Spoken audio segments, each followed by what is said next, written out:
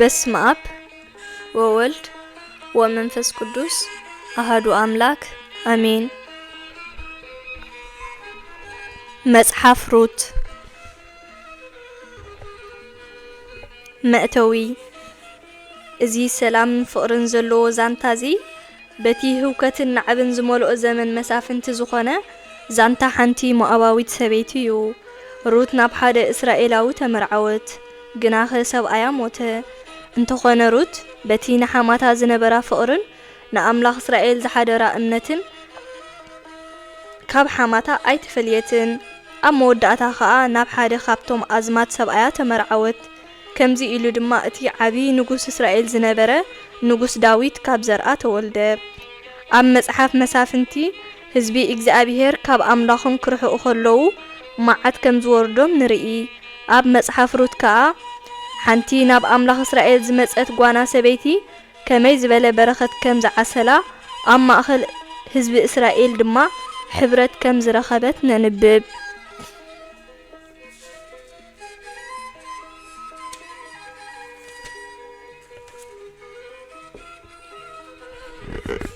ምዕራፍ 1 ናእምን ሩትን። በቲ መሳፍንቲ ዝገዝኡሉ ዝነበረ ዘመን ኣብታ ሃገር ጥሜት ኮነ። ሓደ ሰብኣይ ከዓ ምስ ሰበይቱን ምስ ክልተ ደቁን ካብ ቤትልሔም ናይ ይሁዳ ኣብ ምድሪ ሞዓብ ክቕመጥ ከደ።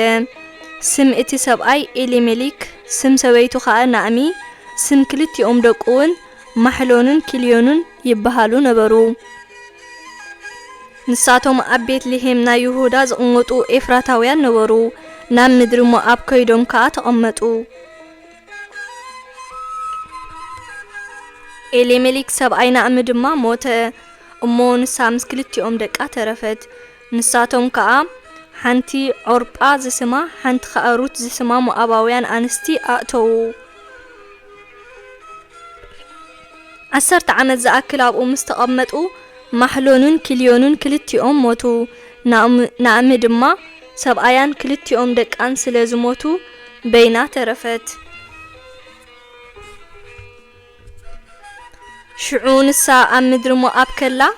እግዚአብሔር ንህዝቡ ከም ዝረድኦም እንጌራውን ከም ዝሃቦም ሰምዐት እሞ ምስ ክልቲኤን ኣንስቲ ደቃ ካብ ምድሪ ሞዓብ ክትምለስ ተዳለወት። ምስ ክልቲኤን ኣንስቲ ደቃ ከዓ ካብታ ዝነበረታ ቦታ ወፂኣ ነታ ናብ ምድሪ ይሁዳ እትወስድ መገዲ ሓዘት። ናእሚ ከዓ ንክልቲኤን ኣንስቲ ደቃ ኪዳ ነፍስ ወከፍክን ነናብ ቤት ኣዴኽን ተመለሳ። ከምቲ ነቶም ምውታንን ንኣየን ምሕረት ዝገበርክናኦ እግዚአብሔር ንኣኻትክን ምሕረት ይግበረልክን። ነፍስ ወከፍክን ኣብ በቤት ካልኣይ ሰብኣይክን እግዚአብሔር ዕረፍቲ ይሃብክን በለተን። ሽዑ ሰዓመተን ንሳተን ከዓ ድምፀን ዓው ኣቢለን በኸያ። ኣይፋልናን ምሳኺ ደኣ ናብ ህዝብኺ ንኸይድ በላኣ። ናእሚ ግና ደቀየ ስለምንታይ ከምሳይ እትኸዳ ተመለሳ ደኣ።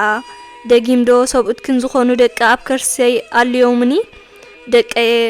ሰብኣይ ከይምርዖ ኣሪገየ እሞ ኪዳ ደኣ ተመለሳ። ተስፋ ኣለኒ እኳ እንተዝብልሲ ኣረ ሎሚ ለይቲ እኳ ሰብኣይ እንተዝረክብ ኣወዳትካ እንተዝወልድ ንሳቶም ክሳዕ ዝዓቢዶ ክትጸንሓ ኢኽን ምእንቲ እዝኸ ከይተመርዓኽን ዶ ክትነብራ ኢኽን ኣይፋልክን። ደቀየ ኢድ እግዚአብሔር ቀጺዕና ኣሎሞ ካብ ንኣኻትክንሲ ንኣይ ኣዝዩ ንኣይ ይመርር በለተን። ሽዑ መሊሰን ድምፀን ዓው ኣቢለን በኸያ። ዖርጳ ንሓማታ ደሓንኩኒ ኢላ ሰዓመታ። ሩት ግና ምስኣ ተጸግዐት። ናእሚ ድማ ሰበይቲ ሓሙትኪ እናሃ ናብ ህዝባን ናብ ኣምላኻን ተመሊሳ። ንስኹን ደድሕሪ ሰበይቲ ሓሙትኪ ተመለሲ በለታ። ሩት ግና ንኣኺ ሓዲገ ንድሕሪት ክምለስ ግዲ ኣይትበልኒ። ናብ እትኸድዮ እኸይድ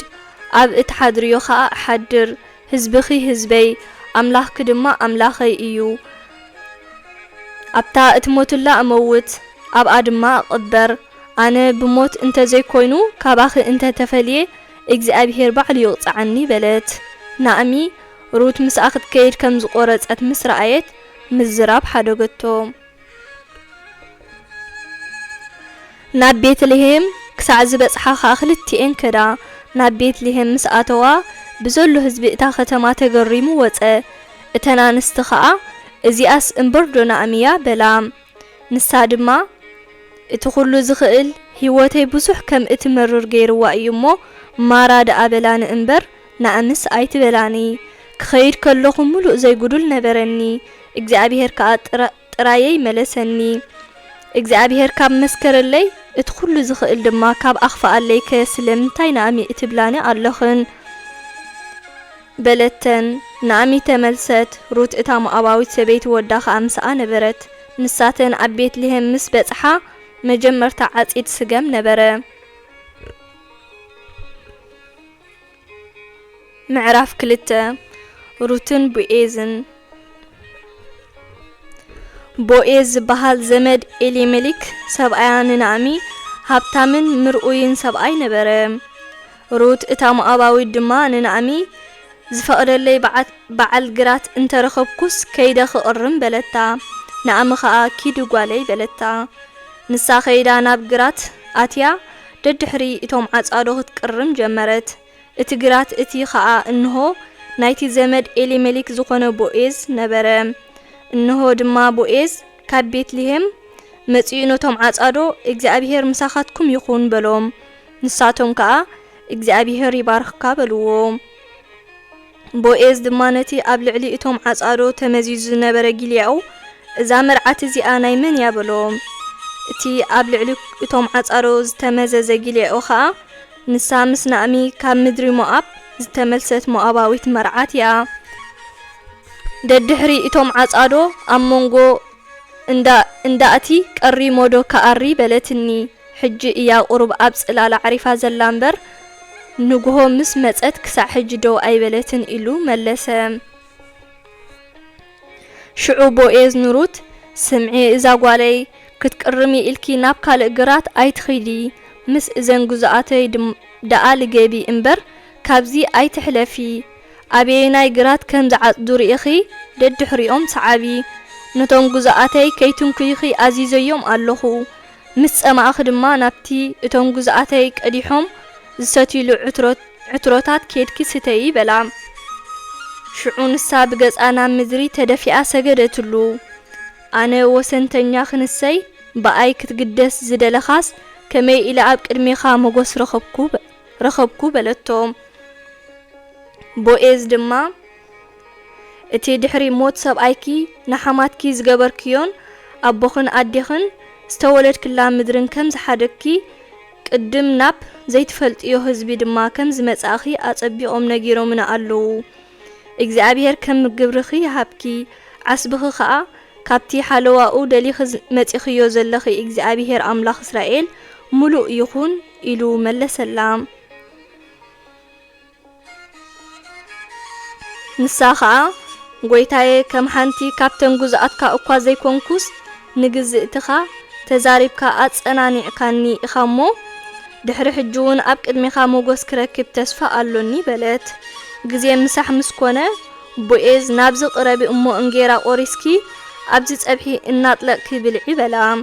ንሳ ድማ ኣብ ጥቓ እቶም ዓጻዶ ተቐመጠት ጥቡስ ሰዊት ከዓ ሃባ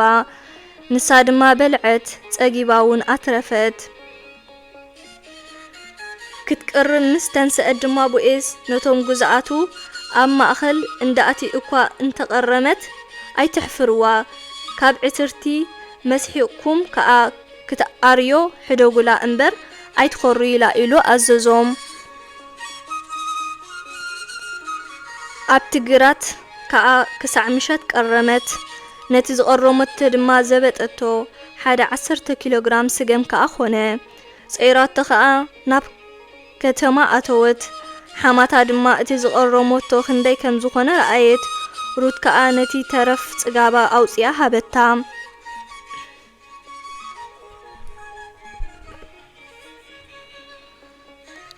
እታ ሓማታ ከዓ ሎሚ ኣበይ ቀሪምኪ ኣበይ ከዓይኺ እቲ ዘስተብሃለልኪ ብሩኽ ይኹን በለታ ንሳ ከዓ ስም እቲ ሎሚ ምስኡ ዝዓየኹ ሰብኣይ ቦዔዝ እዩ ኢላ ምስ መን ከም ዝዓየየት ንሓማታ ነገረታ ናኣሚ ንሰበይቲ ወዳ እቲ ንህያዋንን ንሙታንን ምሕረቱ ዘይገደፈ እግዚአብሔር ንቦኤዝ ይባርኮ በለት መሊሳ ድማ እዚ ሰብኣይ እዚ መቕርባና እዩ ንሱ ካብቶም ዝረድኡናን ዝወርሱናን በለታ ሩት እታ ማኣባዊት ከዓ ንሱስ ብዘሎ ዓጺደይ ክሳዕ ዝውድኡ ምስቶም ግዛኣተይ ልገቢ ኢሉኒ በለታ ናኣሚ ድማ ንሩት ሰበይቲ ወዳ ጓለይ ኣብ ካልእ ግራት ዝኾነ ሰብ ከይደፍረክስ ምስተን ግዛኣቱ ክትወፍሪ ጽቡቕ እዩ በለታ ዓጺድ ስገም ዓጺድ ስርናይ ክሳዕ ዝውዳእ ከዓ ምስተን ግዛኣት ቦኤዝ ኮይና ትቐርም ነበረት ምስ ሓማታ ድማ ትቕመጥ ነበረት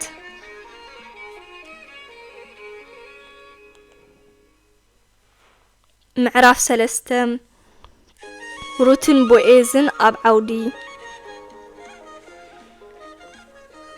ናኣሚ ድማ ንሩት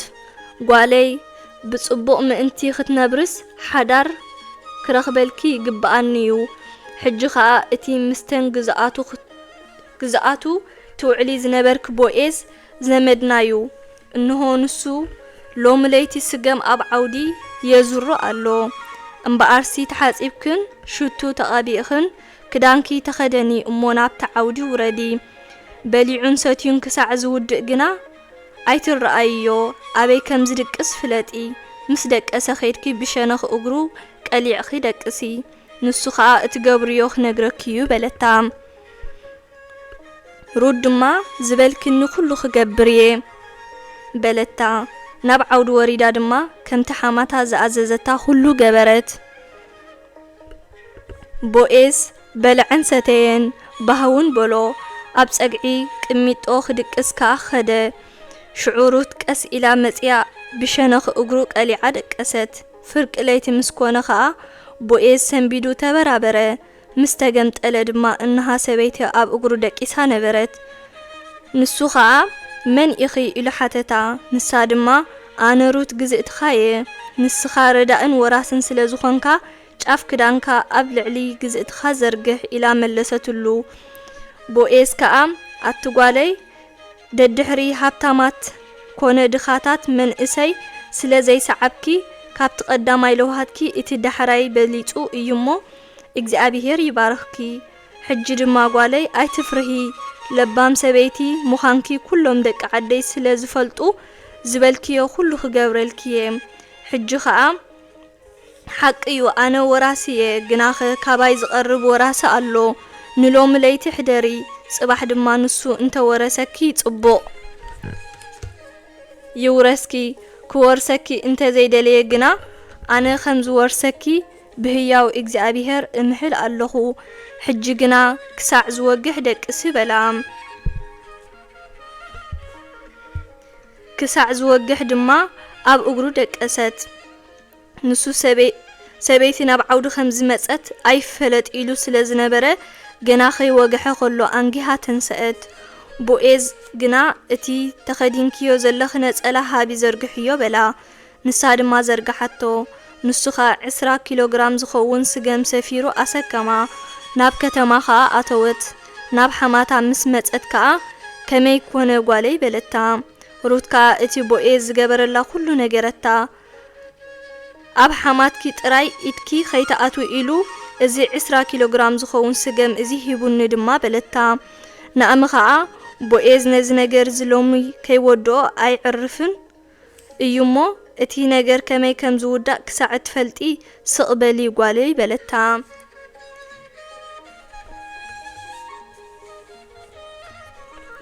ምዕራፍ 4 ቦኤዝ ንሩት ከም ዝተመርዓዋ ቦኤዝ ድማ ናብ ባይቶ ኣብ ኣፍ ደገ እታ ከተማ ኸይዱ ኮፍ በለ እንሆ ከዓ እቲ ቦኤዝ ብዛዕባኡ ዝተዛረበሉ ወራሲ ይሓልፍ ነበረ ንኡኡ ድማ ኣታመን ኢኻ ኣልግስሞ ኣብዚ ተቐመጥ በሎ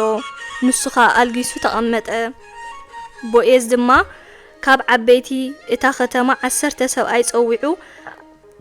ኣብዚ ተቐመጡ በሎም ንሳቶም ከዓ ተቐመጡ ሽዑ ነቲ ወራሲ እዛ ካብ ምድሪ ሞዓብ ዝተመልሰት ናኣሚ ነቲ ምድሪ ኤሌሜሊክ ሓውና ክትሸጦ ደልያ ኣነ ድማ ኣብ ቅድሚ እዞም ተቐሚጦም ዘለዉ ኣብ ቅድሚ ዓበይቲ ህዝበይን ክትዕድጎ ዝግብኣካ ንስኻ ምዃንካ ክነግረካ ጉብእ እዩ ብጀካኻ ወራሲ የልቦን ብድሕሪኻ ኸ ኣነ እዮሞ ትዕድጎ እንተ ኾይንካ ዓድጎ ዘይትዕድጎ እንተ ኾይንካ ግና ክፈልጥ ንዓይ ንገረኒ በሎ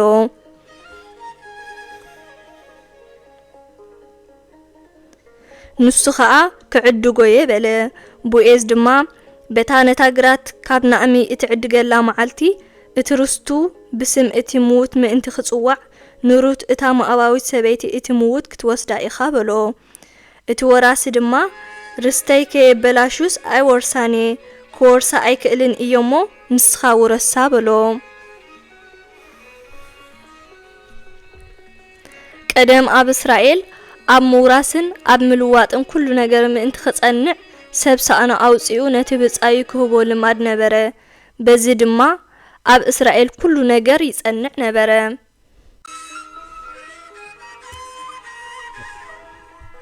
እቲ ወራሲ ኸኣኑ ቦዔዝ ንስኻ ዓድጎ ኢሉ ሳእኑ ኣውፀ ቦዔዝ ከኣኖቶም ዓበይትን ንኹሉ ህዝብን ናይ ኤሌሜሊክ ዝነበረ ኩሉ ናይ ክልዮንን ናይ ማሕሎንን ዝነበረ ድማ ኩሉ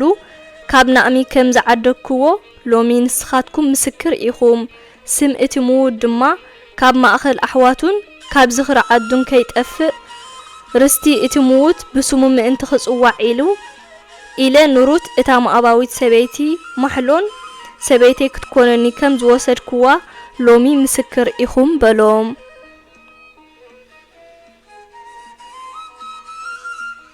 እቶም ኣባይቶ ኣብ ኣፍ ደገ ከተማ ተቐሚጦም ዝነበሩ ኩሎም ህዝብን ዓበይትን ከዓ ምስክር ኢና ነዛ ናብ ቤትካ እተኣቱ ሰበይቲ እግዚአብሔር ከምተን ብሓደ ኾይነን ንቤት እስራኤል ዝሃነጻ ከም ራሄልን ልያን ይግበራ ንስኻ ከዓ ኣብ ኤፍራታ ሰስን ኣብ ቤትልሔምን ስሙ ይኩን ነቶም ካብዛ መርዓት እዚኣ ዝውለዱ እግዚአብሔር ይባረኸልካ ስድራኻ ድማ ከምቲ ካብ ይሁዳን ካብ ትእማርን ዝተወልደ ስድራ ፋሬስ ይግበረልካ በሉ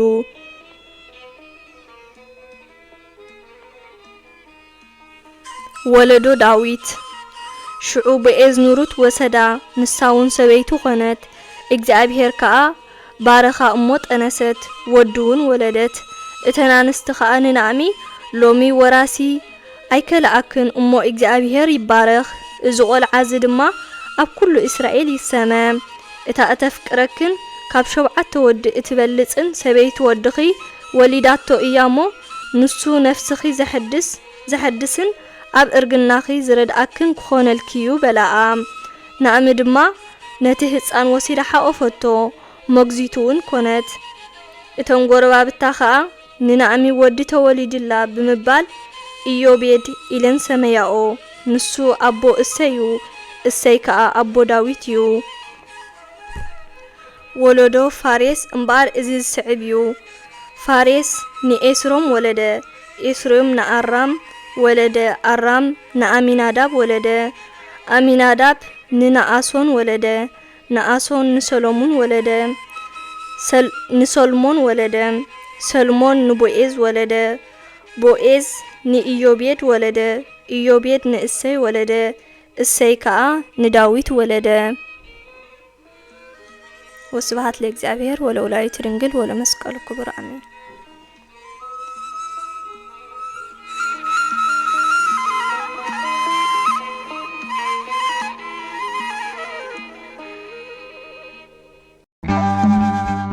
በርግና ዓለም በቁልዕነት ገዳም ኮይኑሉ ህይወተይ ዝተመልአ ድኻም ለምንለይ ድንግል ከወፅእካ መርገም ለምንለይ ድንግል ከወፅእካ መርገም በርግና ዓለም በቁልዕነት ገዳም ኮይኑሉ ህይወተይ ዝተመልአ ድኻም ለምንለይ ድንግል በርግና ዓለም በቁልዕነት ገዳም ኮይኑሉ ህይወተይ ዝተመልአ ድኻም ለምንለይ ድንግል ከወፅእካ መርገም